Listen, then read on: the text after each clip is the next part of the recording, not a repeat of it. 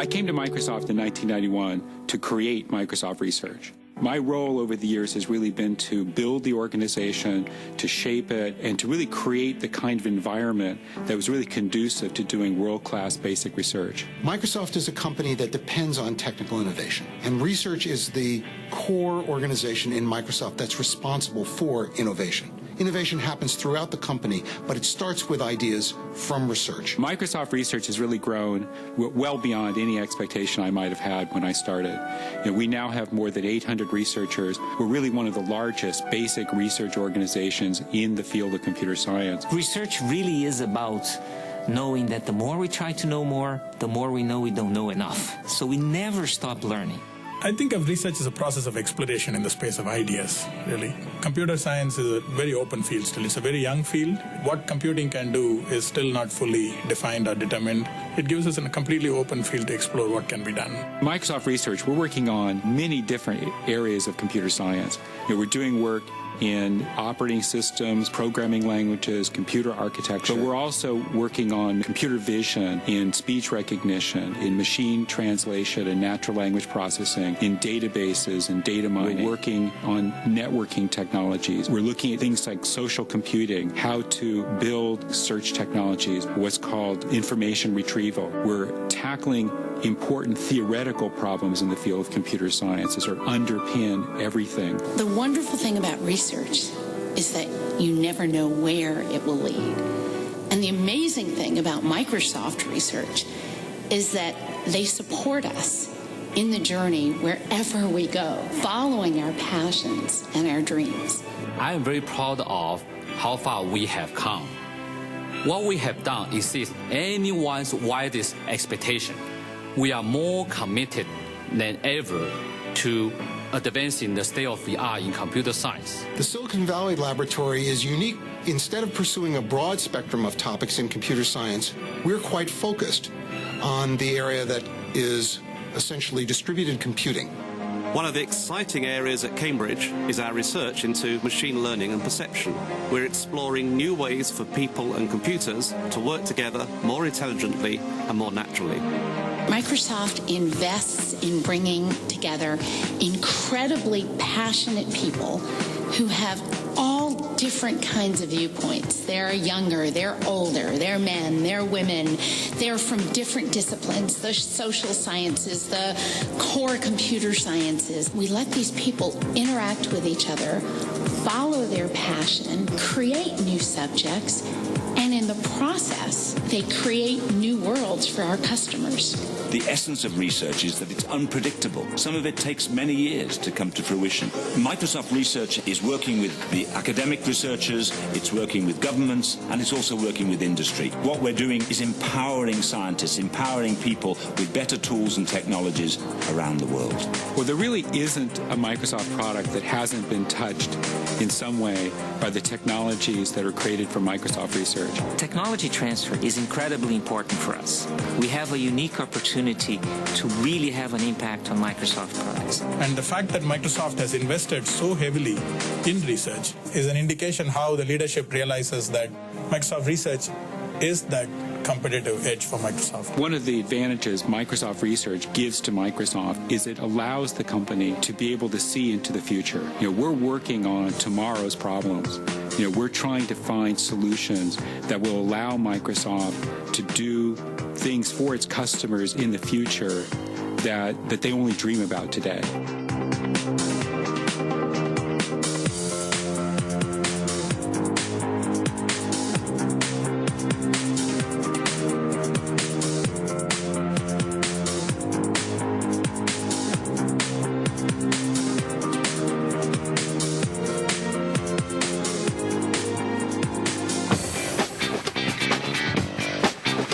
Ladies and gentlemen, please welcome Senior Vice President, Microsoft Research, Rick Rashin.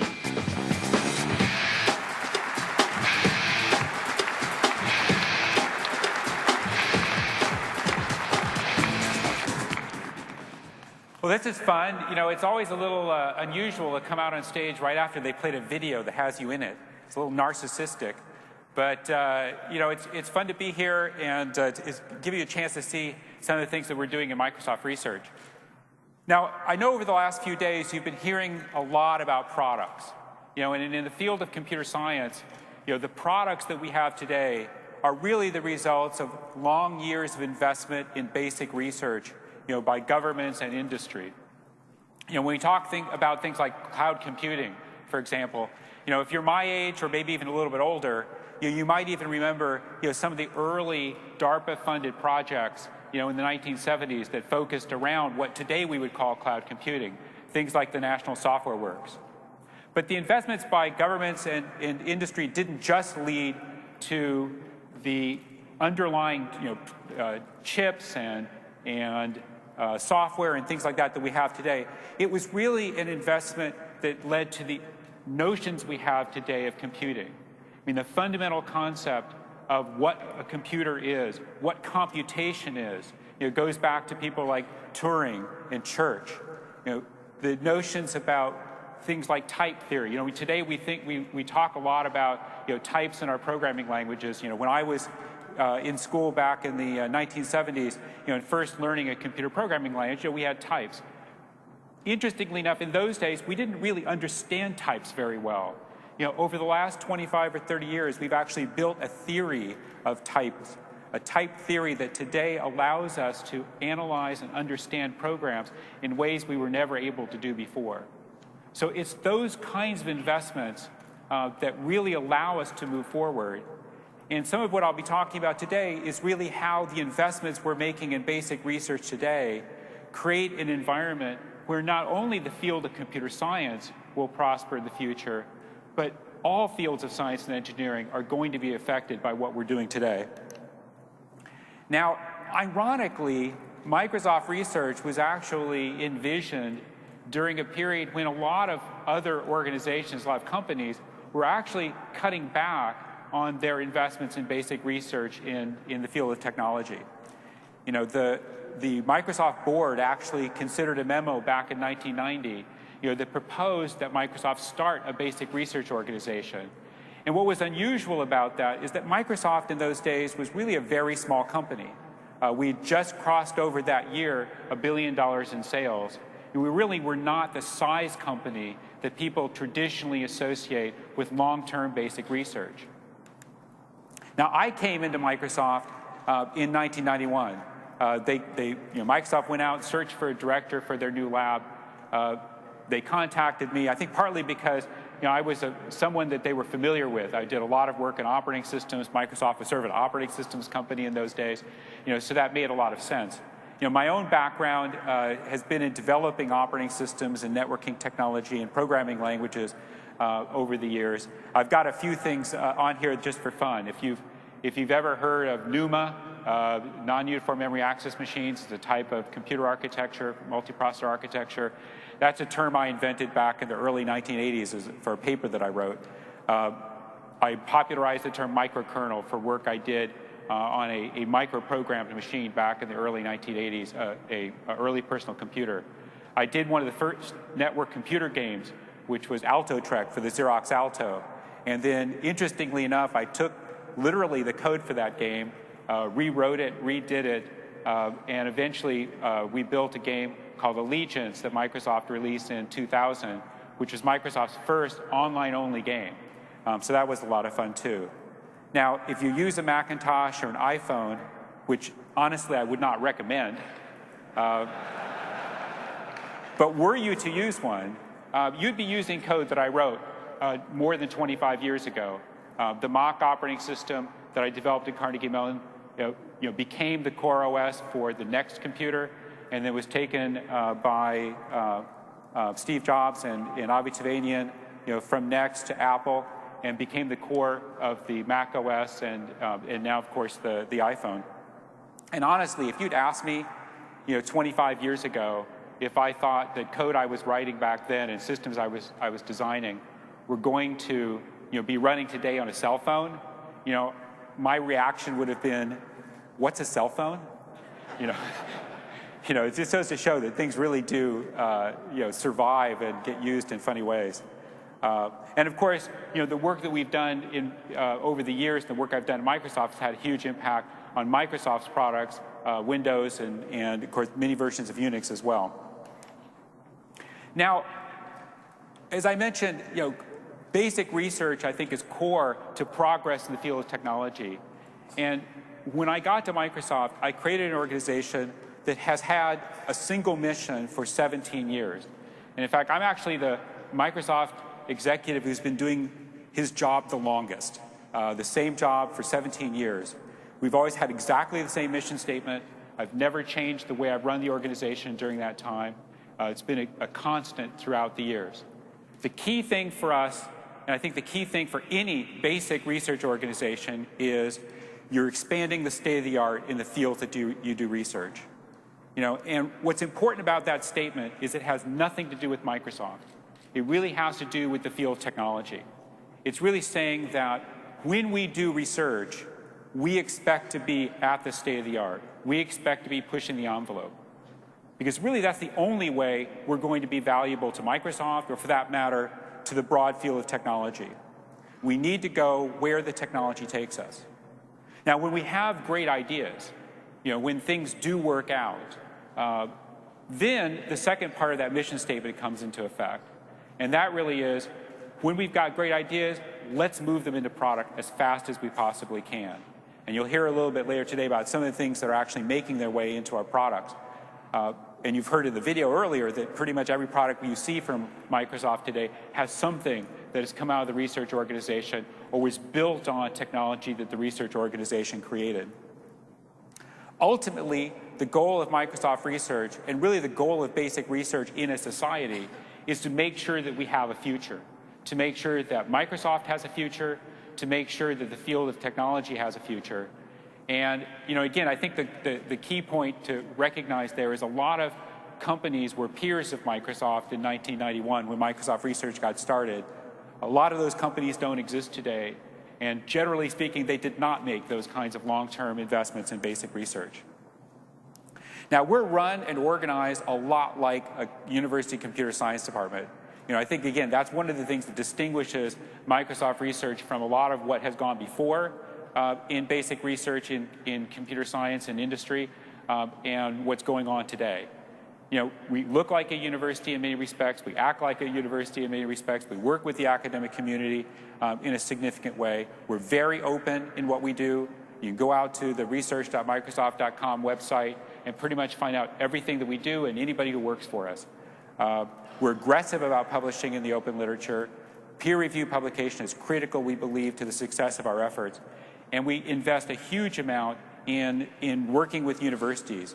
And in fact, over the 17 years that I've been running Microsoft Research, more than 15% of the monies that I've been able to manage for Microsoft to do basic research have gone directly to universities in the form of research grants, fellowships, technology laboratories, pretty much anything you might imagine.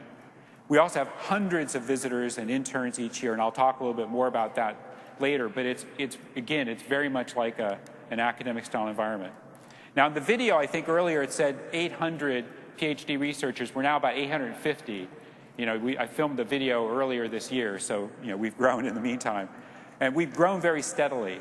And to put that number of 850 PhD researchers into perspective, that's a larger faculty, if you want to think of this as faculty. That's a larger faculty than the entire Carnegie Mellon University or Brown University.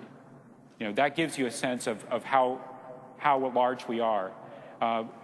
Building a group of that size over the course of 17 years, it's equivalent to having created a Berkeley computer science department faculty every year for 17 years. That's sort of what we've had to do. And we've really built that organization around the world. Redmond is certainly our largest single location, but our second largest facility is actually in Beijing. And in fact, I'll be heading to China just after this event for our 10th anniversary celebration in Beijing. We have a large research lab in Cambridge, England. We have a new lab, for example, now in Cambridge, US, Cambridge, Mass. But we don't call it Microsoft Cambridge because the other Cambridge got the name first. So we call it Microsoft New England. We have a new facility in the last 3 years in Bangalore. We have a large group and growing group now in the Bay Area centered around Mountain View and Silicon Valley campus. So it gives you a sense of how we've grown and what we do. We have, I think, easily what people would say is the most distinguished research staff in the world now in the field of computer science. Here's just some of the medals and awards we've got this year. It's been very gratifying to see the amount of recognition that our people are getting. Here's another slide. To put some of these numbers in perspective, we have more members of the National Academy of Engineering than IBM, than the University of Washington, whole universities, Bell Labs. I mean, we're now really, I think, the single strongest organization in the field of computer science. And as I said, our key goal is pushing for the state of the art. And we measure ourselves much like a university might measure yourself in the impact we're having in the field. In particular, the impact we're having on the ideas and the technologies in the field of computer science. We've published more than 4,000 papers over the last 17 years. And if you go to a conference today, a major conference in the field of computer science, the chances are awfully good that Microsoft will have anywhere between 10 and 30% of all the papers at that conference. That those papers will have Microsoft authors. I mean, it's just a huge impact in the field. We crossed over IBM research a number of years ago in terms of the publication rate. And our rate of publication keeps going up every year. We're also participating in the academic community in a really significant way. Our people are on program committees. We work with universities. We support all sorts of programs, educational programs and research programs around the world. We run the largest PhD internship program in the field of technology in the world. Each year we'll have over 1,000 PhD interns working in some part of Microsoft research. And to put that number in perspective, there are as many or more graduate student work hours spent in Microsoft research each year as there is in virtually any university, even the largest universities in the world. So in some sense, you could argue maybe we're even more like a university than you might imagine. Within the United States alone, probably 20% of the graduates that come out of PhD programs have worked at Microsoft Research at some point in their careers. So again, gives you a sense of what's going on there. Not only do we have our own labs, which are shown on this slide, but we're also working in concert with governments and universities and organizations around the world. You can see some of our collaborative institutions. We have a joint research center with INRIA in France.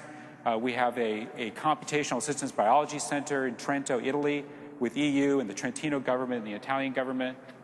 We have joint research laboratories in China. In fact, we actually run a joint PhD program with Shanghai Jiaotong in China, and we do a number of educational programs there. We have a joint institute, what's called a virtual institute in Latin America. So we're really expanded. We've expanded around the world. We're having an impact in almost every geography. Now, we also drive technologies into products. And a lot of the things that you think about as Microsoft today have come out of Microsoft Research at some point. I was running the DirectX team in the very early days because a lot of those underlying 3D technologies came out of Microsoft Research, and many of the people did. I ran what became the Windows Media Division in its various early days because all of that work started as a research project inside Microsoft Research in 1992 that really led to both our work in interactive TV, but also our work in streaming internet media and media more broadly. And things like Windows Media Audio and the Windows Media Video Codecs, those all come out of the work we've been doing within Microsoft Research. Our first e-commerce group in the company I was one of the people running that. All the work we have done over the years in data mining and SQL has been joint work with the SQL product team. So just a huge amount of impact in terms of the products that we generate. The tablet PC was originally conceived in our research lab in Cambridge, England. And Chuck Thacker, who helped to found that lab, did the reference design for the tablet PC that then became used by a lot of companies. And then new products, things like Robotic Studio, some of you have probably heard about that in the last couple of days. Those are now coming out of Microsoft Research. Tons of technology transfers. I'm not going to go into these in detail. But I'll mention, I think it was yesterday, they announced the availability of the CCR DSS technologies. And we've been partnering with NASA. This is work going on with Robotics Studio to create an environment that people can go out to and actually program their own Mars lander and use the Robotics Studio technologies as a way of seeing what it would be like, to run a robot out in space and to be able to get access to the imagery and the models and so forth. There's a contest associated with that called RoboChamps. There's a RoboChamps website associated with that. And if you're interested in downloading these technologies and playing with this and getting involved with it, it'd be a lot of fun. And in fact, the core technologies in Robot Studio are the things we call CCR and DSS. This is our concurrency control runtime and our distributed system services runtime. Those are now, as of yesterday, I think, out and available. There's a reference to the website. And these technologies, although they were developed originally for our robotics work and are really allowing us to sort of push into the field of robotics, they turn out to be just broadly valuable and interesting to a lot of people.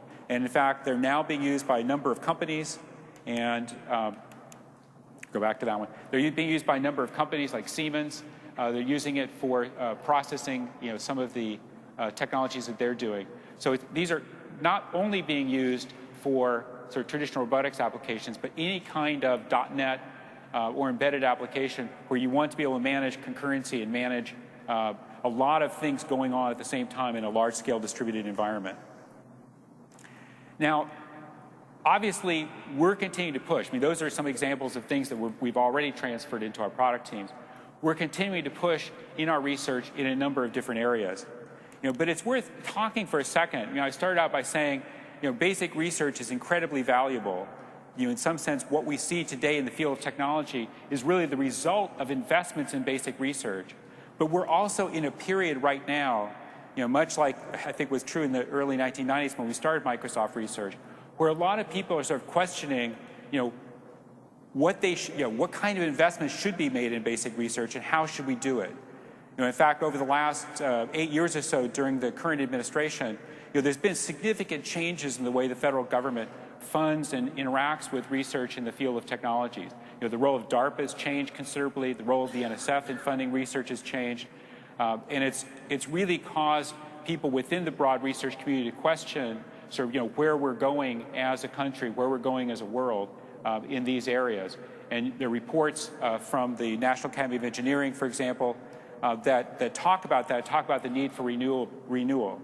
I think part of the problem that you run into when people talk about basic research is that they often misunderstand why we do it. I mean, what is the value of basic research? Why should you be investing in it?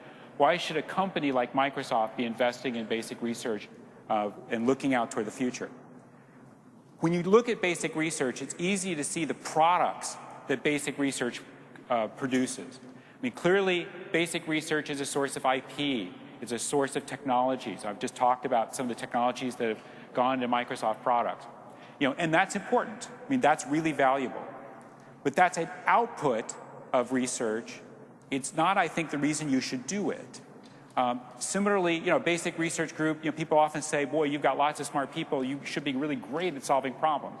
And we are great at solving problems. I love solving problems. When a product group comes to me, or anybody, frankly, comes to me and they've got a hard problem to solve, I get really excited about it. I get jazzed. I want to work on it. It's fun, right? But it's an outcome of having a basic research group. It's not the reason you should do it. Basic research groups are early warning systems. But again, that's a great thing. We do see the future a little bit. We know what's going on in the labs. We know what some of the impacts might be. But again, I wouldn't think of that as the reason why you should do it. I think the reason to invest in basic research, whether this is true for a country or whether it's true for a company like Microsoft, is that basic research gives you an ability to survive when things go wrong, right? It's about agility. If you go back to the writings of Vannevar Bush, that really, were the basis of what became the U.S. investment in the National Science Foundation and the sort of research and development infrastructure that we have today. What he wrote about wasn't the technologies that would come out of research that you invested in. It was having a basic research infrastructure so that if something went seriously wrong, you had a new war, or you had a famine, or you had a disease, that you would have the infrastructure of smart people and the wealth of technology you built up over the years that would let you address those issues, let you deal with them, let you survive. And remember, Vannevar Bush and people in that era had just come out of World War II, where research was critically important in helping to win that war for the Allies. So for a company like Microsoft, or for the field today, basic research gives us the ability to change quickly. Let's say we have a new competitor. Let's say we have a new technology that comes to the fore. Let's say the business climate changes.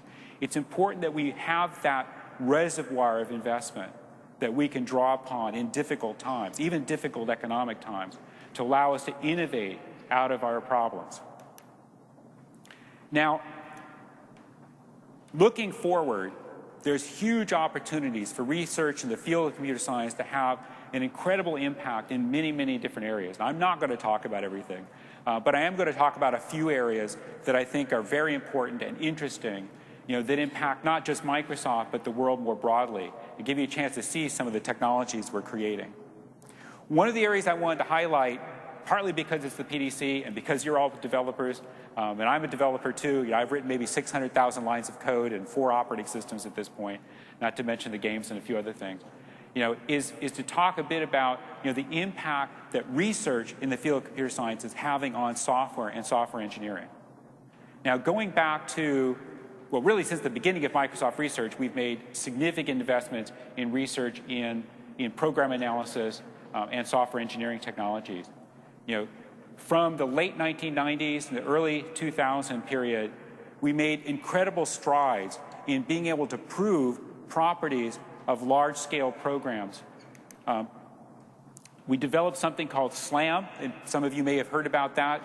It was productized as part of the Vista wave as the static driver verifier that's part of the Vista DDK, Device Developer Kit.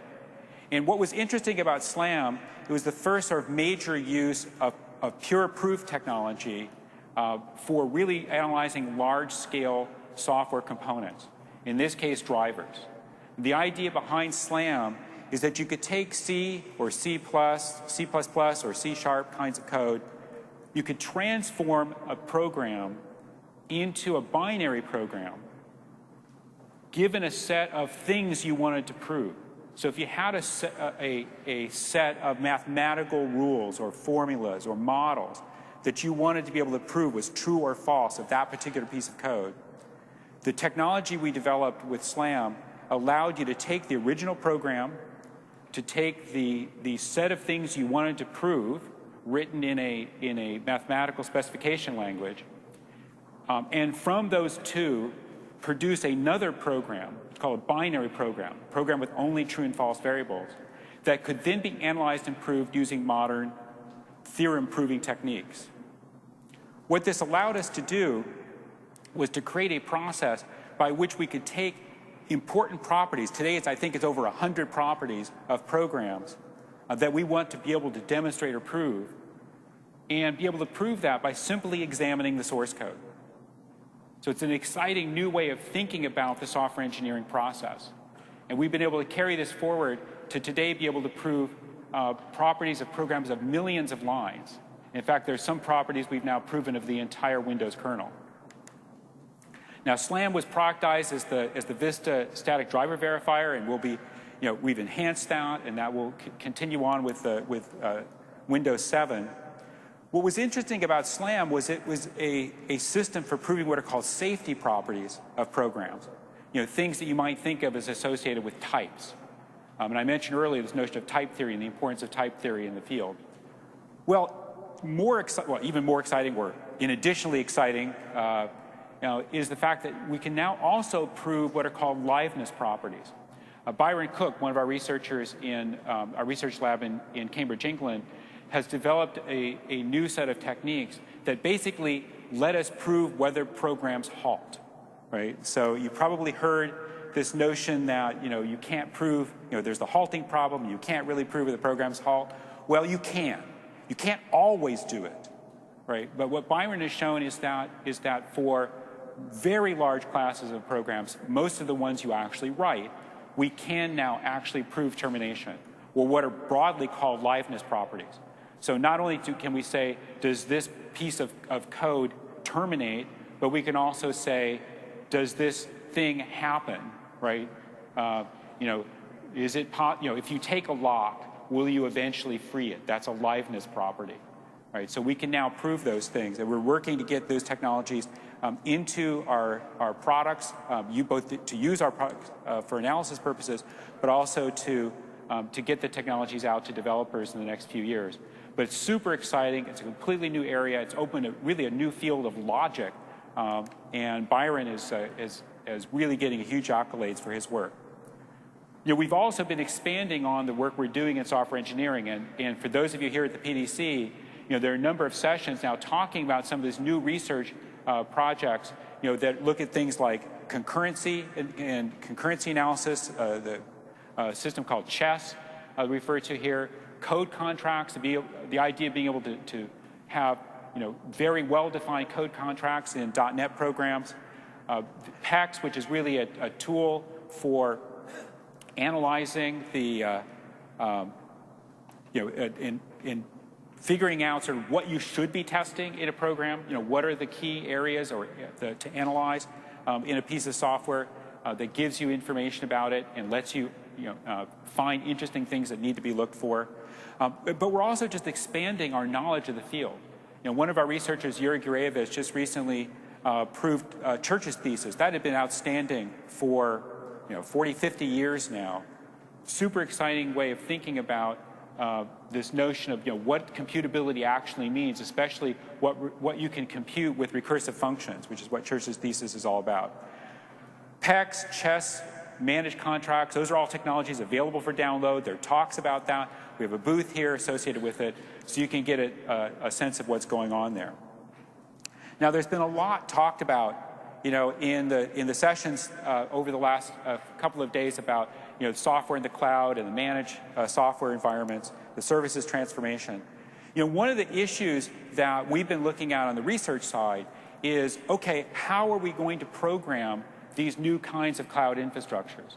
And by that, what are the new languages? What are the new technologies that would let us really use, in much more simple and easy to use ways, the power of these cloud infrastructures? One of the technologies we've developed at our research lab in Silicon Valley is something called Dryad. Dryad and what's called Dryad Link really harness the power of cluster computing. These are technologies that basically, fit in with Link, the .NET language, that allow you to think about, forming computations. Basically, you can think of what Dryad is doing as creating kind of a very sophisticated query, input to a query engine, that can then be managed across thousands or tens of thousands of machines. Gives you tremendously more power than you might get with something like a MapReduce-like mechanism, because it gives you a much more arbitrary computing graph or processing graph that you can work with. Plus, because it's built against these sort of standard, programming language, .NET programming languages like F# or Link, it gives you a tremendous amount of ease in order to be able to build these applications. And this just gives you a sense of sort of what's going on. You can find papers about Dryad Link out in the net. We've begun to get this technology out to universities and university partners so that they can begin to play with it. And I think you should expect to see this more generally available out of Microsoft Research, in the coming new year. I'll go on from there. Now, I mentioned the impact that computing research is having in a variety of different areas. I think one of the areas that people are particularly concerned about these days are energy and the environment. Not the least of which is because computers use a lot of the world's energy these days. So we're also sinners, and we need to in some sense, redress our sins and do what we can to improve things. So I'm going to invite out now Feng Zhao, who is one of our principal researchers in our research lab in Redmond, to talk about research that he's doing using sensor networks to really address these new areas of energy and environment. So, Feng? Thank you, Rick. Yeah. I'm Feng Zhao from Microsoft Research, and I'm here to tell you some of the exciting research we are doing on sensors and computing technology that helps to understand the energy use as well as understanding our human activities on the environment. I'm going to talk about 3 specific uses of the sensing and computing technology today. I'm going to tell you a bit about how we use sensors and sensing to understand how the energy is used in buildings like this. I'm going to tell you about sensing about our cloud computing infrastructure that you have been hearing about in the past few days. I'm going to tell you about sensing about the natural environment. Now, energy is a scarce resource, as we all know, and we can improve the energy efficiency on 2 separate fronts. We can make our computers much more energy efficient, and we can actually, using computing technology to improve many things that we do in our life. Now, servers, desktops, many computing devices consume quite a large amount of power, electricity power, that is. It's about 1.5% of the total US electricity use, according to a 2006 EPA report. And that's quite a lot of energy that's being consumed by those devices. And obviously, we can do better in making much more energy efficient for those devices. Now, the other thing is about the many things that we have in our daily life, such as understanding how this convention center and how this hall is being cooled and heated, and how the energy is being used. Now, all this actually brings to this question that how do we have the visibilities into the operations of infrastructures like this? Now, we think energy-efficient computing is a very exciting new research frontier for computer science. And this is an area that Microsoft Research has a very active work going on here. Now, think about the devices that we all carry and all use. So think about the embedded device, such as cell phones, that runs on very small batteries, tens or hundreds of milliwatts. And think about servers in data center. And the entire data center typically runs off, say, 10 or hundreds of megawatts. So you see the power difference in terms of the amount of energy it uses. And there's many interesting trade-offs between the power, the application performance, and a number of other system metrics. Now, when I went to school years ago, and I learned how to tell how long my program is going to run on a particular computer and how much memory it's going to use. But I didn't know how much energy, how much power it's going to consume. I think for the next decade, the research and the community need to look at how much power, how much energy these applications are going to run and going to consume. I think that's critical to help us to understand how do we make these programs, those devices, much more energy efficient. And so these are some of those interesting research and trade-offs that we're doing at Microsoft Research. Now, I want to show you a sensor device that at Microsoft Research we have designed and prototyped. And holding in my right hand is a sensor device that has sensors that collect the temperature, humidity, and other environmental parameters. And it's a pretty small device and needs to run off batteries. And therefore, it actually uses very small processor and a small amount of memory and a very low power radio in order to actually last for a while. Changing battery on those devices is a lot of work. Now, at the guts of this device is, in fact, is a very small circuit board. It's about the size of my thumb. And this has a 16-bit processor, has a little bit of memory. It has a 10K of RAM, has a 40K of ROM. Now think about the Vista desktop that you may have, probably 4 gig of memory. So that's actually 5 zeros. Right, 5 more zeros than the amount of memories that I have in my hand. So think about how these devices are going to be programmed, going to be used to gather this information that we're going to use to improve the energy efficiency. So let's actually look at some of these sensors in action.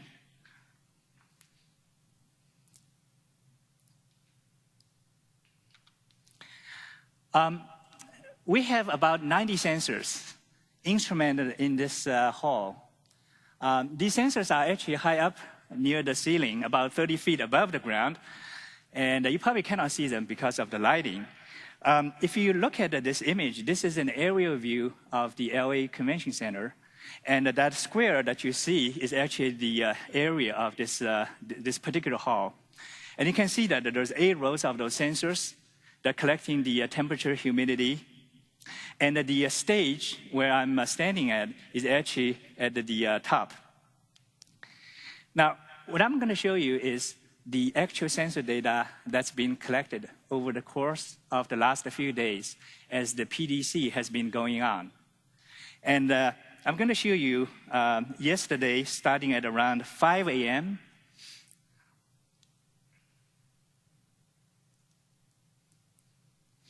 so as you can tell, the room was actually quite cool during the night. And things started to get heat up a little bit because the lights were turned on around the time just before the keynote. And as the audience, as you guys come into the hall, you can see that the temperature rises a bit. And the keynote starts at 8:30. And the air conditioning system as it kicks into high gear. And you can see those blue spots of the air vents blasting out some of the cool airs in order to regulate the temperature. You can see some of those hot spots near the front, near the stage. These are probably due to some of those exciting announcements that Microsoft made yesterday about our cloud computing and various other things. Now, obviously, that excitement is pretty contagious. So visibilities like this into how the temperature is actually varies within this room and how the energy is used is actually very useful for us to understand how the HVAC system, how the cooling system works. And when we actually first started putting up the sensors a couple of days back, Ray Castro, who is the engineer that manages the facilities, the cooling system here in the convention center, he said, gee, I've been working here for quite a number of years. This is actually the first time I'm going to get hands on this very detailed map, the heat map of how this hall and how the room is cooled. So I'm really looking forward to share this data with him. And the hope is that the information like this can really help us to improve the energy efficiency of things like building coolings and so on. Now, a little bit of the technical details of these sensors. So as you see, these are arrays of those sensors. And the way it works is that these sensors collect information around the devices, and it passes the information from one device to another device, just like bucket brigade, all right? And then there's a couple of those servers and gateways that are collecting the sensor data from all these devices, and they send it to the cloud. And through the Microsoft technology, through the virtual Earth, we mash up the sensor data and the devices, the sensors, with the aerial image. And that's how you see on the screen those devices are being overlaid on the actual layout of this room. Now, these devices actually produce a fair amount of data. And in fact, every day, in the past few days, it collects about 100 mega of the sensor data. So you can tell that as we actually deploy more and more of those devices, there's a huge amount of data that need to be stored in the cloud and then make sense of it and then be put into use. Now, let's look a bit into some of the details into the sensor data. So on the left, I'm showing you the plots of the sensor data from a few of those devices that actually are instrumented here. And the red curve represents a sensor reading of the temperature near the front stage. This is, in fact, one of the sensors right there. So obviously, as the time goes on from midnight to around 7-ish, there's some spikes in the temperature. As I mentioned, that's due to some effects coming from the lightings and the heat from the lamps. And the blue curve represents the sensor readings of the temperature in the back of the room. And in particular, that sensor is near the air conditioning vents. So you can clearly see that region is actually much better regulated. Now, information like this probably gives you a sense about which part of the room is more comfortable if you want to actually be cooled, or where you want to sit if you want to feel the excitement of the keynote. So now I'm going to move back to talk about the sensing technology and how we can use the same technology to help us improve the energy efficiency of our cloud computing infrastructure.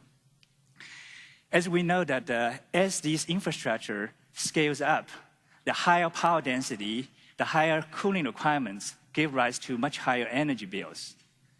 And at Microsoft Research, we've been designing those sensors and putting those sensors in the data center to monitor where the hotspots are and how well these machine rooms are cooled.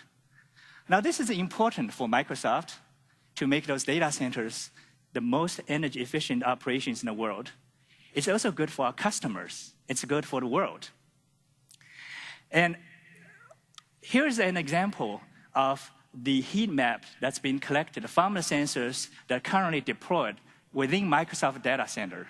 And in fact, there are 10,000 of these sensors are being deployed across data centers that Microsoft runs.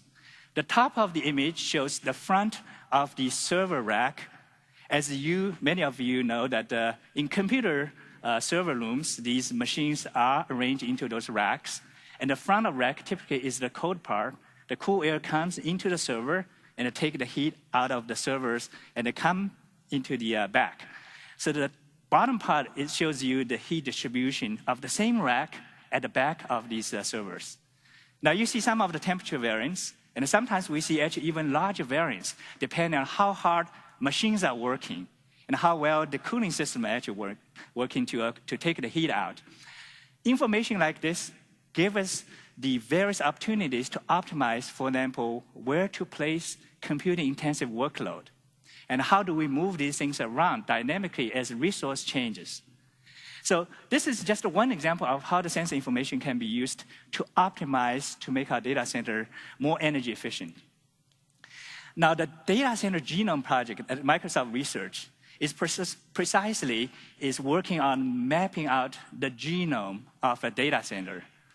So we aggregate information from the environment, the temperature, humidity, and so on, together with information from servers, how the processor, how the memory, how the other things working, the network traffic, the power use, the cooling system.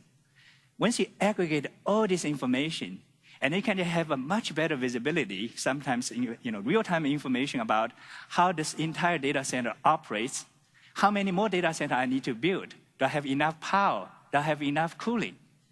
So this is actually some of this really exciting work that's going on to make these huge warehouse-scale computers much more energy efficient.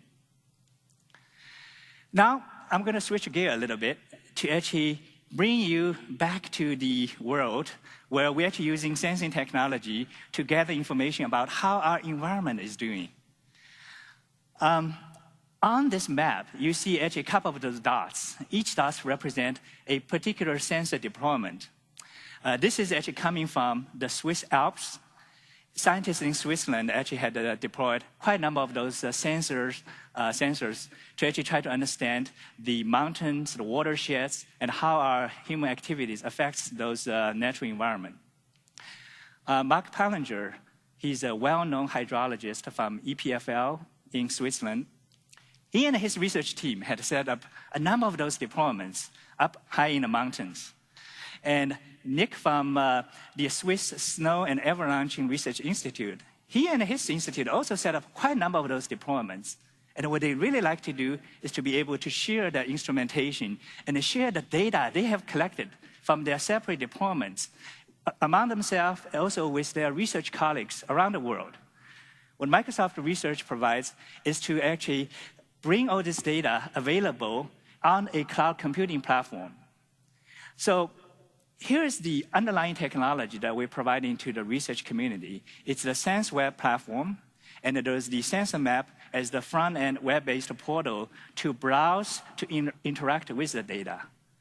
The platform allows you to share sensors. So if you are individual researchers, individual team, you have some data, you have some sensor, you can register with this platform, you can push the data to that, and other people can see the information. Now imagine that I can aggregate all these individual research data streams. I can do very interesting analysis across a much larger spatial temporal scale. So this is really the power of the web, is to actually bring all the data into the cloud and then feed it into the users. We have released the platform for a couple of years, and currently has been adopted by quite a number of research teams in universities across the world. I mentioned the Swiss experiment in Switzerland. We also have a university in Singapore and Harvard University. The researchers are using some of that to gather pollution data on streets in the city of Cambridge.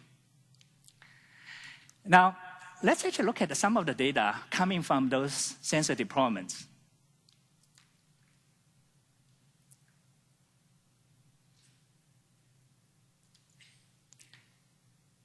This is an area view of one of the sensor deployments I showed on the earlier map.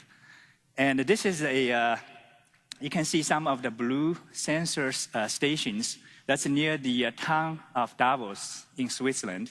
By the way, it's a beautiful place. I visited a couple of weeks ago. And you can see that each sensor station is collecting information about the surroundings. And let me just mouse over one of the sensors here.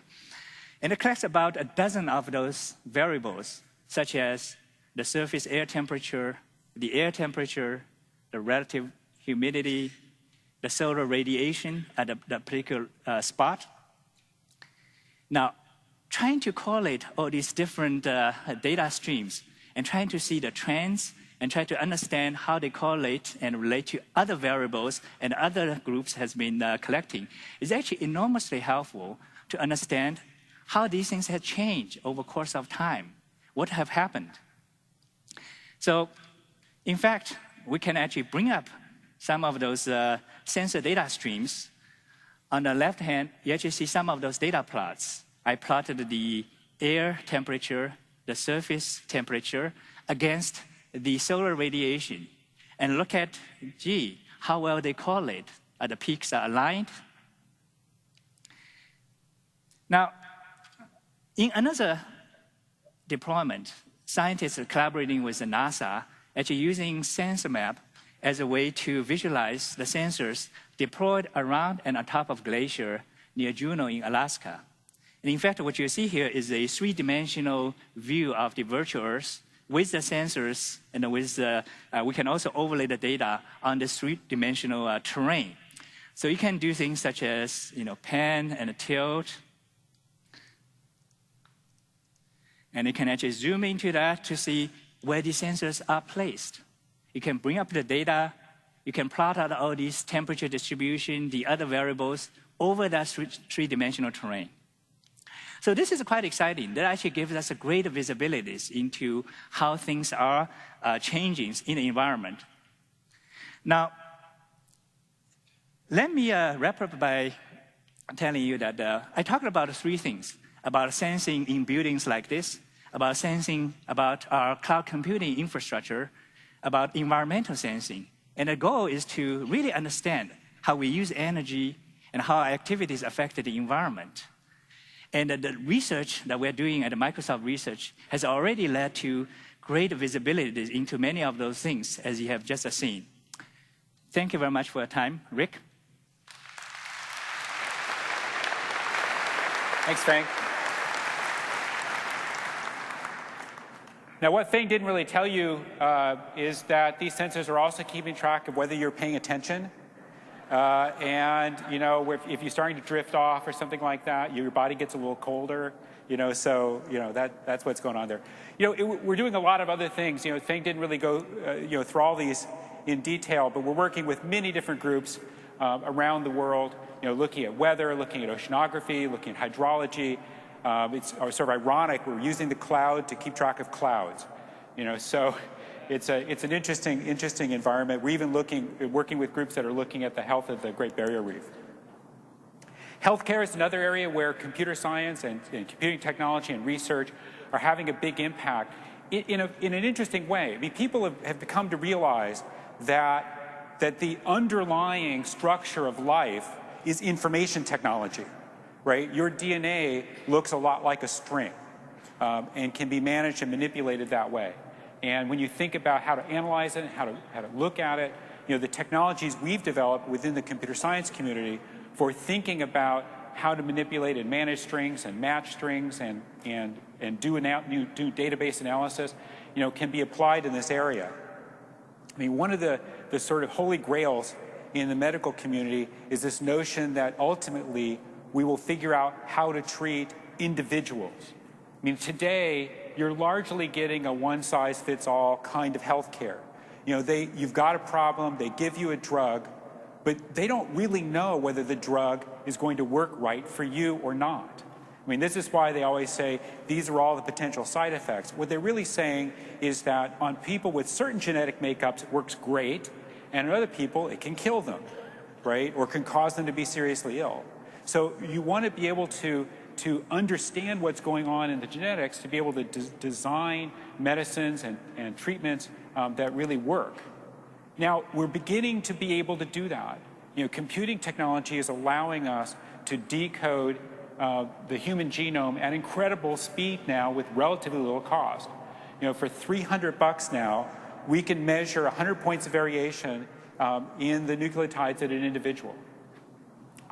There's actually an X Prize that someday, if we can do the entire genome for a single person with, for $1,000, you could get this X Prize.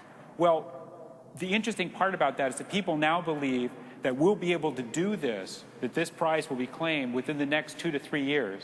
And there are people out there believing it might be done next year, right? So we're just making huge strides in this area.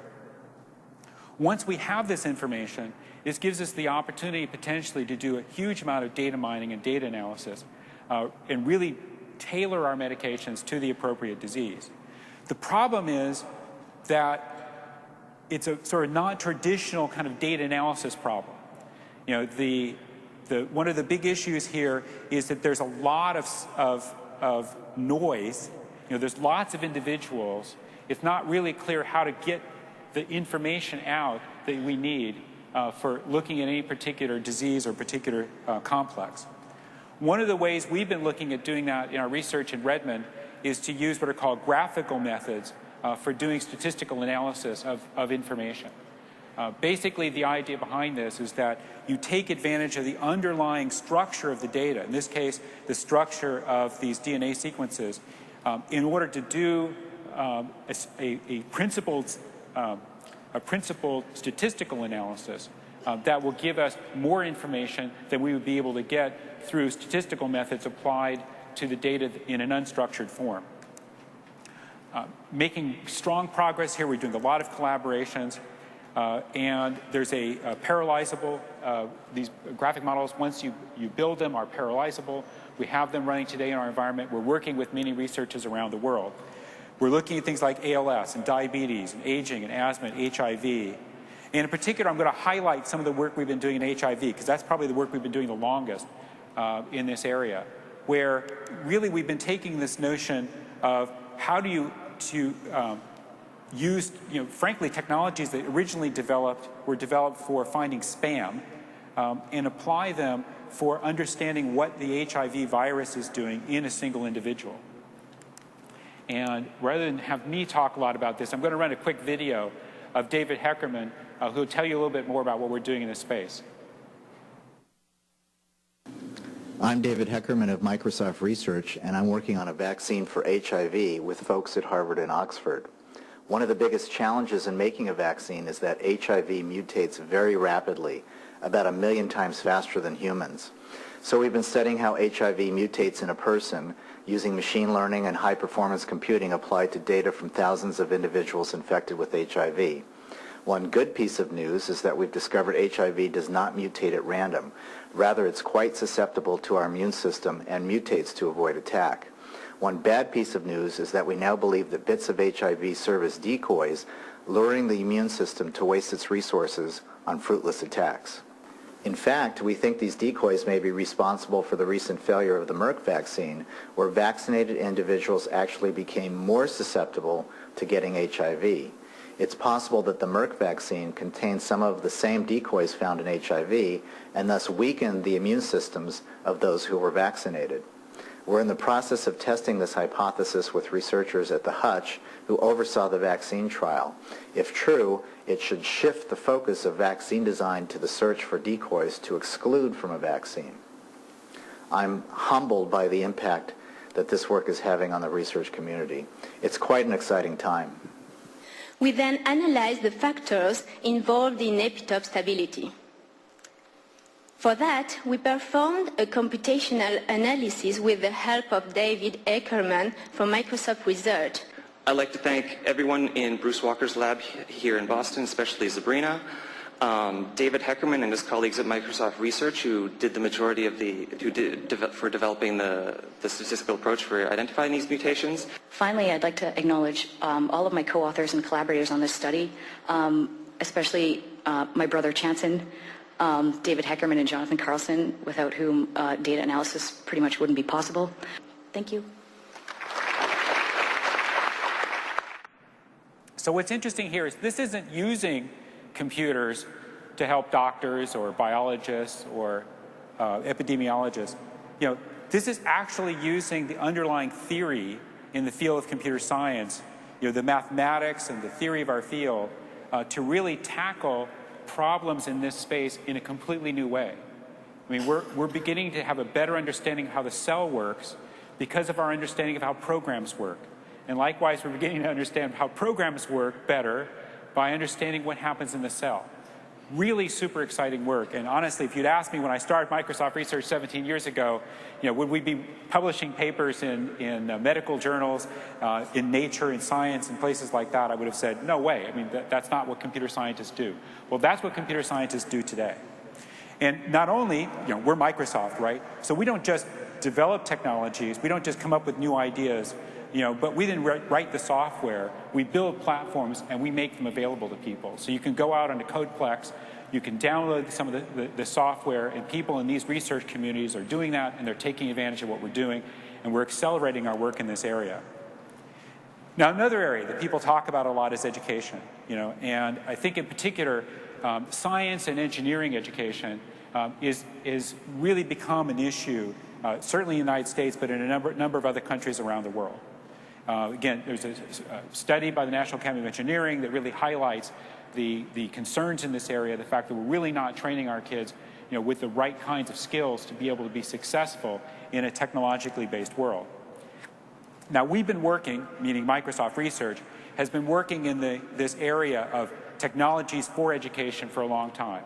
We've created things like the Center for Collaborative Technologies at the University of Washington. We've built platforms that people are using for doing distributed classroom work like Conference XP. We've built a set of technologies that are available for the tablet PC, and we're getting those technologies incorporated into Microsoft Office so that academics and researchers around the world can use tablets in their instructional environments. The robotics work that we've done is now informing computer science education in universities. We have a Center for Personal Robotics in education in Georgia Tech and Bryn Mawr. We're building curricula around robotics. The particular program at Georgia Tech, for example, that gives students a robot at the beginning of their career. They have a chance then to program it during the course of their computer science studies at the university. This motivates students in ways that other technologies don't, and actually motivates a broad spectrum of people. So you get a greater diversity of students as a result. One of the things that has been super exciting about reaching out into the sort of educational community has been the release earlier this year of the Worldwide Telescope. Now, the Worldwide Telescope is a follow-on to something called the Sky Server that we did a number of years ago, and that has had a huge impact on the astronomy community by linking together all the data from the great telescopes around the world and creating what amounts to a 24/7 virtual observatory that people can access from anywhere, and that even amateurs can use to find new astronomical phenomena. In fact, people have done that. Amateurs have found things in the sky that professional astronomers were not able to do so, simply because they have access to that database. Now, we released the Worldwide Telescope earlier this year. We have 1.5 million active users at this point. It's really gotten a lot of attention from the scientific community and from the educational community. The astronomers really love it. And what I want to and here's some great pictures and things from the Worldwide Telescope. What I want to do today is just say that as of today, more or less as of the time I'm speaking right now, we're releasing a new version of the Worldwide Telescope. It's called the Equinox release. autumnal equinox in the northern hemisphere. And I'm going to give you a quick demonstration. This is Curtis Wong, who's is headed up the Worldwide Telescope Project, and he's going to be narrating this. This is running live on the Worldwide Telescope as we speak. So can you run the demo, please?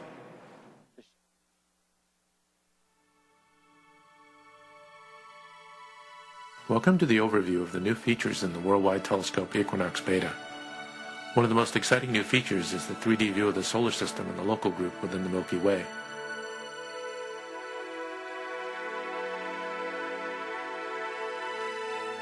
You can travel to the planets and see their orbital locations in the past, present, and future. You can see your location on Earth at dawn as it emerges from dark to light, and see how the tilt of the poles causes the seasons.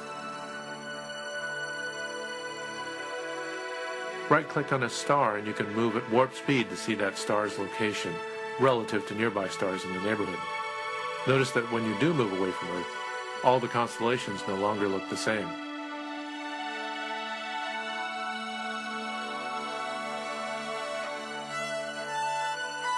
This new version of Worldwide Telescope has more than doubled the total amount of data, images, and panoramas compared to the initial release. There are now 55 new panoramic images from Apollo missions to the Moon, as well as from the Mars Pathfinder, Spirit, Opportunity, and Phoenix landers to explore, and some are in 3D.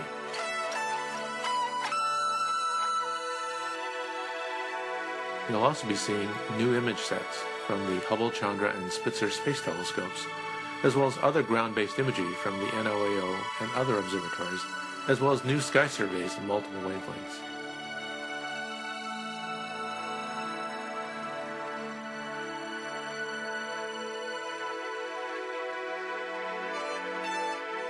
The authoring for guided tours has been significantly enhanced with animation and hyperlinks, which allow you to create more sophisticated tours that link to resources on the web. You'll be seeing more of those kinds of tours coming soon.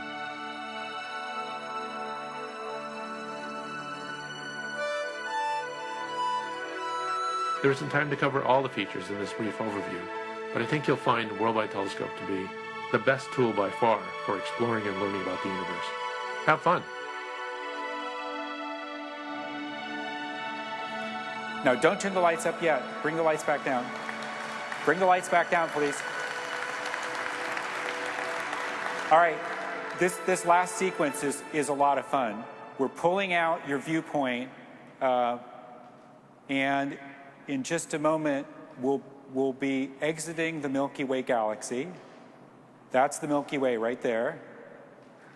All right, we're pulling out even farther. And now we're getting a view of the entire visible universe. This is 21 gigaparsecs of view of the universe. And you see, by the way, we can't see through the dust cloud of the Milky Way. That's why this is not a full sphere, because we can't really see properly through the dust cloud of the Milky Way. There are 500,000 galaxies there, 21 gigaparsecs worth of visual information. And for those of you who are Star Wars fans that remember, the Millennium Falcon did the Kessel Run in less than 12 parsecs. A gigaparsec is a lot. So that's really exciting. What's even more exciting for me is that we're getting kids involved with this. You can go out on the Worldwide Telescope site and see tours through the galaxy produced by children. There's a 6-year-old that did this marvelous tour of the Ring Nebula, and I'd recommend to go out to see that. Jonathan Fay, who's the Worldwide Telescope developer, is actually giving a presentation on this work. His session is in 403 AB at lunch. So I'll just put that in perspective. Okay. Talk a little bit more about education. Now,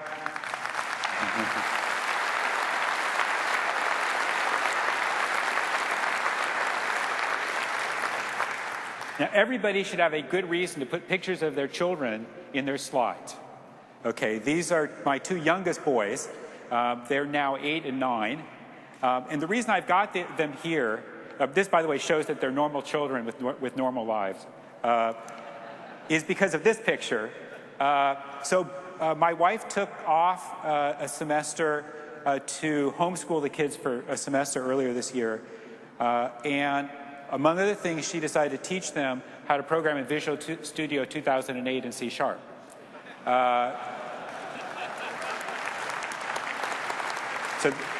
this is my 9-year-old. He understands how to use generics. He knows how to do exception handlers and timers. He knows how to do, he can do console programming and WPF. What he's working on right in that picture is a WPF game that he's doing for his brother called Fairy Fable. That's what he wants to call it. Now, honestly, most children, there really aren't a lot of educational prerequisites to programming in real life. You know, basic arithmetic, basic reading and writing, enough logic to say true, true is true, true, false is false, and false, false is false. That's about it, right? There's not a lot else that you need to have kids know to be able to do it. But the reality is that not very many children have two parents that have taught computer science at the university level and that have the time to teach these kids how to program. You know, and so one wants to be able to look for new ways of getting kids excited at very young ages about developing what's frankly a skill. It's an empowering skill to be able to program. And I'm going to bring out now Matt McLaurin, who's going to talk about one of the projects that we've done at Microsoft Research in Redmond called Boku. It's really a system for allowing kids to program and learn on their own. So Matt?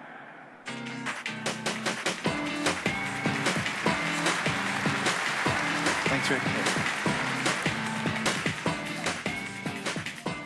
So I got my first computer in 1980. I was 13 years old, and it was a Commodore PET, 8K of memory. Anyone have one of those? And there was two really cool things about this machine.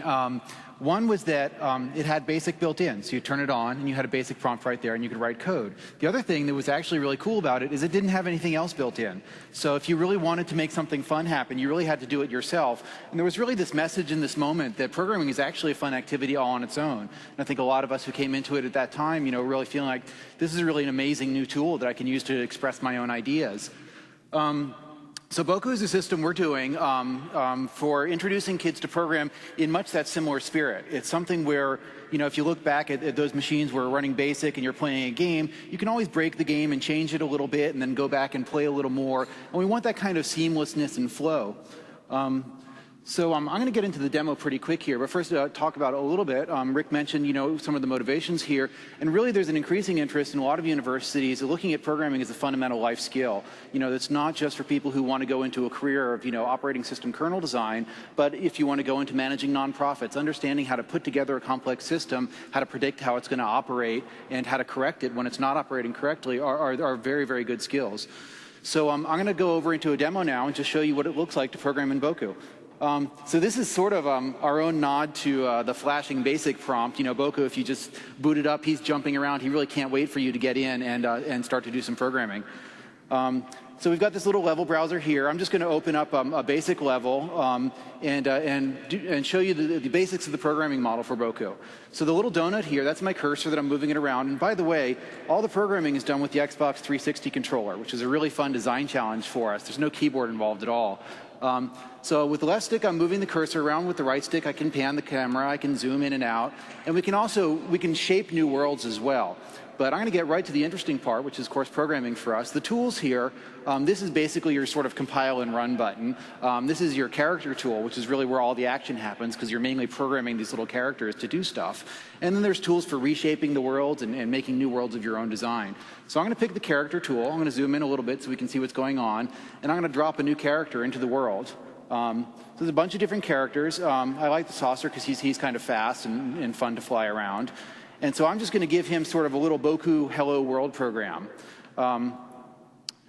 So if I press the Y button here, I've opened up, this is the program editor for Boku, and this is entirely a visual iconic-based language. It presents very similarly, but in the demo I'm going to show you how it can be used for some more complex operations as well. So what I'm building here is a rule, and on the left-hand side, we have what we call the when condition for the rule. And this is all expressed in sort of physical terminology, because we really want to be able to work with young kids. We've been working with kids as young as 7, doing a lot of work with 7 to 12-year-old girls with UCSB in Santa Barbara. And we found that, if you really want to keep the programming constructs relatable, and so by doing that, everyone understands what vision is, they know what it means to look at something, and so you're really starting from a natural base of understanding. So I'm going to give this guy, I want to tell him to go and find apples in this world. So I'm going to tell him that when he sees an apple, these are all the different other kinds of things he can see. He can see other robots, he can see things of a certain color, etc. But I'm going to say, if you see fruit, then I want you to do something. And so over here we have what we call the verb clause. And so here are a bunch of things that the characters can do in this world. And there's a pretty broad array of actions, but move is what we're interested in. And once you've said what verb you're talking about, you get a bunch of different options about how you want to modify that verb. And since we had in the first part of our rule a clause that detects apples in the scene, we can now make verbs that refer to that apple. So here I'm going to move towards it. So I haven't put in an apple yet, so I don't have enough data to run my program. So I'll drop one in right here, and I'll even drop in a couple. And so let's go ahead and bring up the tool set again and run our program and see what happens. Okay, so you see he moves towards the apple and he kind of lands on it and it squirts out from under him and he goes chasing it off the edge of the cliff, which is always fun to watch. And so now let's spice it up a little bit. I want to make him an apple collecting machine. So I'm just going to toss in another rule. Now we're going to say, well, if you actually bump into it, if you get that close, so if you bump into what? Again, if you bump into the fruit, then we want you to go ahead and eat it. So now I can go back to my tools, run the program again, and he not only eats that one, but he immediately then sees the second one and keeps cruising around the world picking up apples.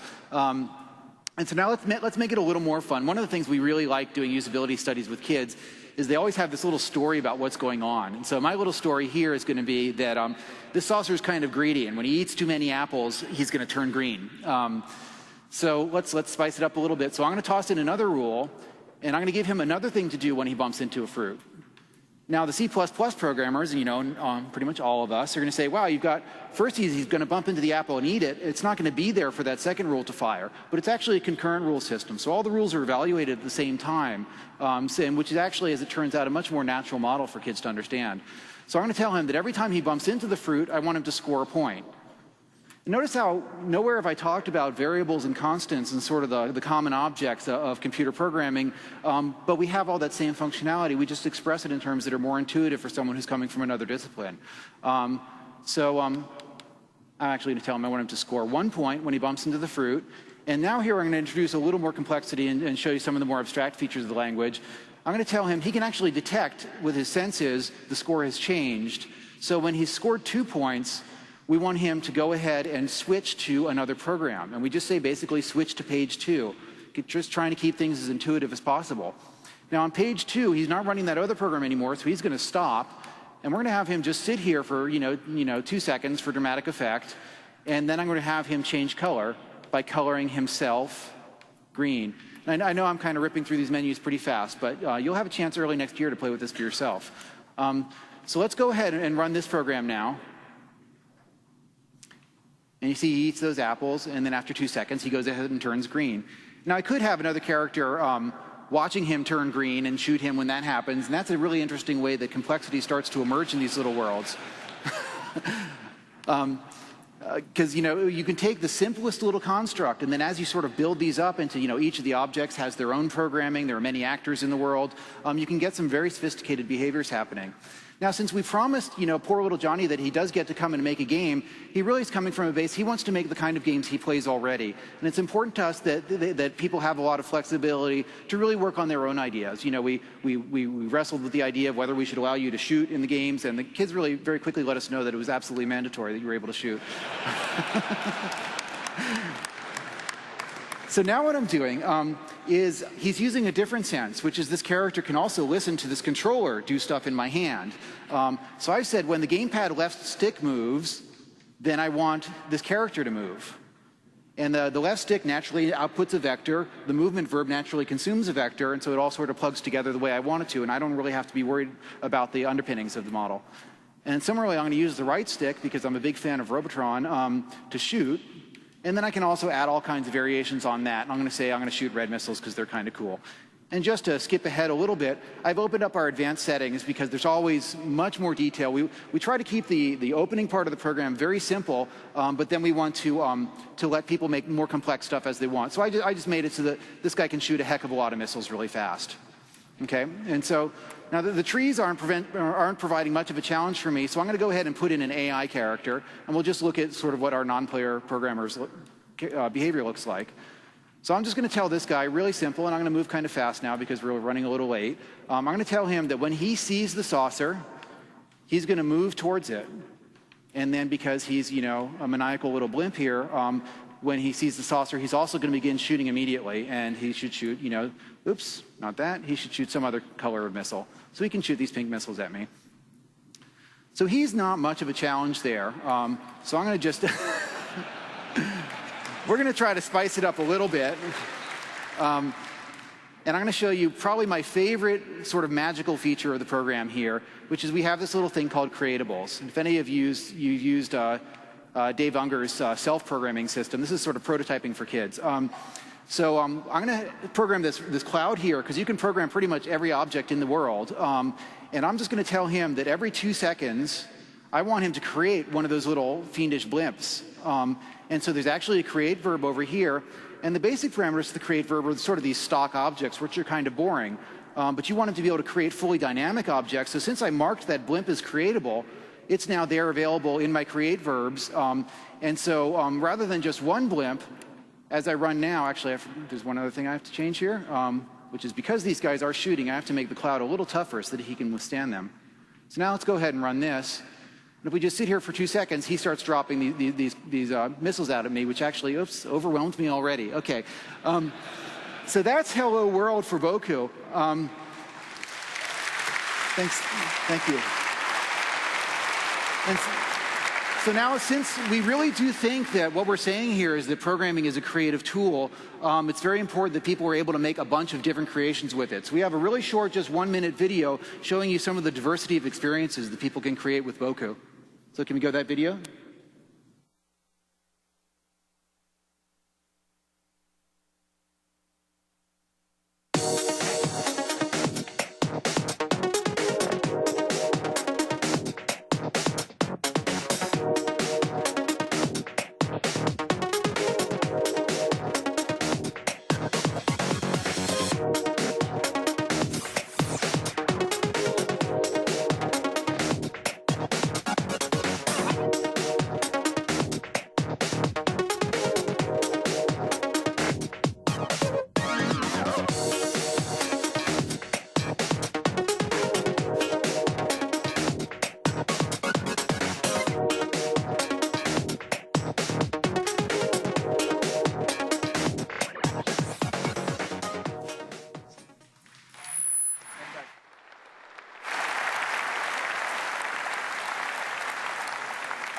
You can tell Matt really doesn't enjoy his job at all.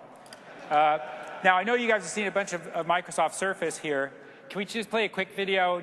And I'll just want to show you a little bit about what, when we were building the research prototypes, this is work done by Andy Wilson on Surface. What Andy was doing, this was a number of years ago, was kind of exploring this idea of what it would be like if any surface could be a virtual surface and you could interact with it. And so what you see is he took a short throw video projector, an ordinary table, some cameras, and built basically an interactive computing environment and used this for a lot of the experiments. And this is really sort of the early days work that Andy did that ultimately led to the creation of Microsoft Surface and the tables that you see outside the lounge and so forth. What I'm going to do now is give you a chance to see a technology sort of in that stage of development called Second Light. It's a new way of thinking about interacting with displays and surfaces and computers. And for this, I'm going to bring out Steve Hodges and Shahram Izadi from our research lab in Cambridge, and they're going to talk to you about Second Light and what it does. So this is really new stuff. It came out for the first time at WIST. Hey, guys. Hi, Rick. Thank you. Thanks. Thank you, everyone. So there's one more demo we want to show you this morning. We realize we're running a little bit short on time, but we're really excited by this one, so we hope you enjoy it. Now, Rick mentioned surface computing. You've seen a lot about surface computing probably in your time here at PDC. There are a number of Microsoft Surfaces around the venue here. And if you haven't had a chance to look at one yet, we really encourage you to do that. And not just look at it, but actually get your hands on and interact with the technology, because it's a very different user experience. We've been developing a new type of Surface computer in our research lab over in Cambridge in the UK, and we've got our prototype Second Light unit up here on stage now. And what we're trying to do with this project is not just do surface computing, but actually bring the interaction so that it works in the area above the surface as well. So you can interact in the space above the surface. And really, we're talking about bringing the user experience and the user interface out into the real world. So we're going to dim the lights now and go straight into the demo. Okay, so we've seen a lot of multi-touch, exciting new multi-touch technologies at PDC this year. And here we have another multi-touch technology that we've developed called Second Light. Now, what Second Light allows you to do, what we're seeing here is a projection screen, and we've got a projector underneath that's projecting onto this surface. And there's also an infrared camera underneath that can sense as I'm interacting on the surface here. And we can do all the cool things that you've seen in systems like Surface, where we can zoom into objects, for example, or rotate objects. Now, one of the things that we're exploring with Second Light is a mechanism for actually projecting through the display surface. So that's actually quite a difficult thing to do. And normally when you place, this is actually just a regular piece of tracing paper. If we place a piece of tracing paper above the surface, we don't see any information. So in this image here, we have an image of the night sky. But wouldn't it be cool, as I put this piece of tracing paper above the surface, if we can see the stars or even the constellation? So here I'm actually going to enable that part of the technology. And we see here, up at the top, we see Orion. I zoom in a little bit. And we see the rest of the constellation down here. Now notice that we're not actually seeing an image on the surface itself. It's actually just appearing on this tracing paper as I'm holding it above the surface.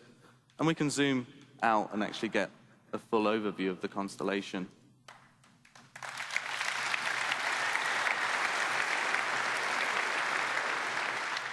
Likewise, this is a map of our hometown in Cambridge in the UK.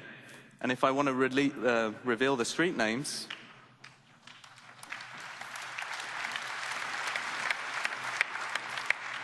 or even go up close to where I live, actually look at the street names. And one final example, just to really demonstrate some of the capabilities of Second Light. Here we have a cow. Can anyone guess what's going to happen when we place this over the cow? No, we're not going to reveal the innards of the cow. We're just going to reveal some text about the cow. But this really demonstrates that we can project a completely independent image onto this secondary surface up above, which is completely different to the one that's below. And it is just a regular piece of tracing paper here that we're placing on the surface, and we can use any sort of cheap plastic diffuse surface to kind of reveal this hidden information. So show the scrolls, Joanne. We've got one more example. And this is actually a favorite of Steve, so I should really show this one as well. This is a scroll. Again, an everyday object that you can just pull out, and we can reveal the text about the cow. Okay, so let's just take a moment to understand a little bit more what's going on there. This is a picture of our Second Light prototype. Inside the unit, we have a projection system, as Sharam mentioned, that's shining light onto the underside of the display surface. And it's really that display surface where we're adding the innovation.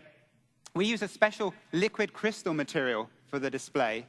And in its natural state, this liquid crystal material is sort of frosted or milky or diffuse in appearance. I've got a picture here of some of that material, very similar material set up in our lab in Cambridge. So if I project an image onto the underside of that material, you get to see the image. It's rendered very clearly on the material. But if I apply a voltage to that material, I can turn it and make it transparent, so I can see right through it. And if I project an image from below when it's transparent, it's just like a sheet of glass. The image passes straight through. It's invisible to the user. So what we do in Second Light is we're actually switching the display between these two states all the time. And in fact, if we switch it quickly enough, as you can see, we can make it so that you don't even see the switching. And that's what we're doing. This display is continually switching between those two states. And we synchronize this switching with the projection system and actually project two different images. Whenever the display is diffuse, we're projecting the first image, and that's the image that you see when you walk up and start using the unit. Whenever the display is in its transparent state, we're projecting a second image, a different image, and that image passes straight through. You don't see it, unless, that is, you put a second diffuser above the surface, like a piece of tracing paper or a cheap bit of plastic with a diffuse finish. And that's how we reveal that extra information.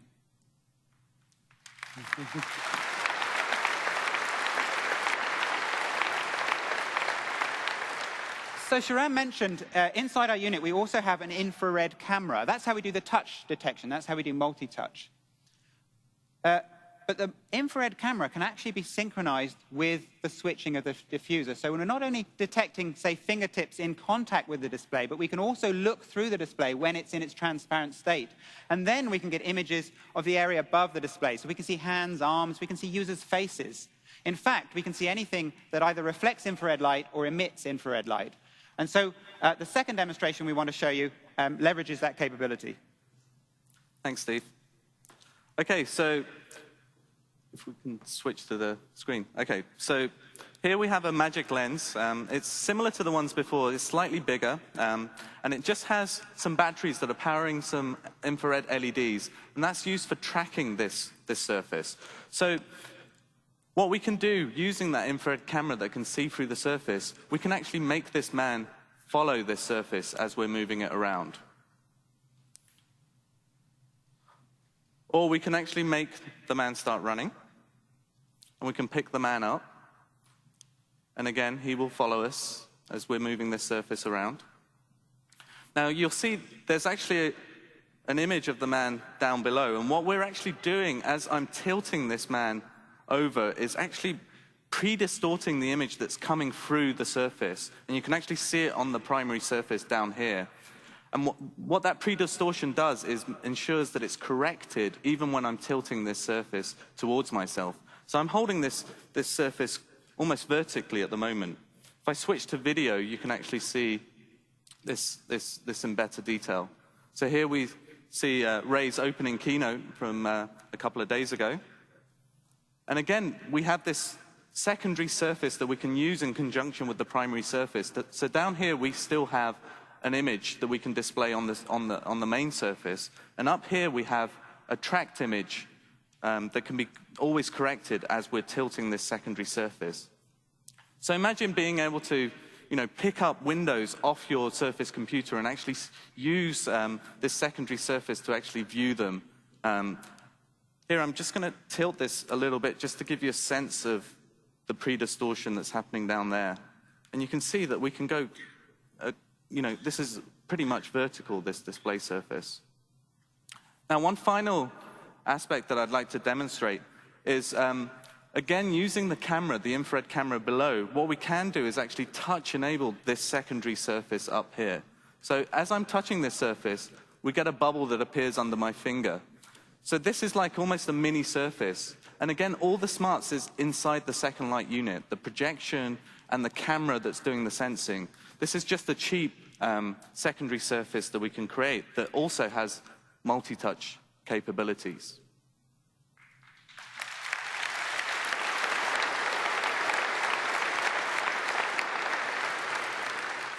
OK, so that's the end of the demo. But just before we move off stage, I just want to spend a moment reflecting on what it is you've seen here. So for the first time, what we've done here is integrated some new technologies into a Surface computer. So we can think about bringing the interface out of the display, interacting in the real world above the Surface computing. You can imagine applications such as looking at three-dimensional data and taking different slices through that data. You can think of gaming applications where we're using gestures and projecting into the space in front of the display to deliver compelling new user experiences. We really think this is going to change the nature of Surface computing. It has that potential. And that's why we're so excited to be working on this project. Thank you very much. Thank you. Thanks, guys. Well, with technology like this, now when you look at your computer, you'll know it's looking back at you. You know, it's kind of fun. I hope you guys have really, all of you have really enjoyed getting a chance to see some of these technologies, hearing about some of the opportunities that research is going to bring to many different areas, not just in the field of computer science, but much more broadly. I've enjoyed having a chance to show you some of these things, some of which were shown here for the very first time. Thank you very much.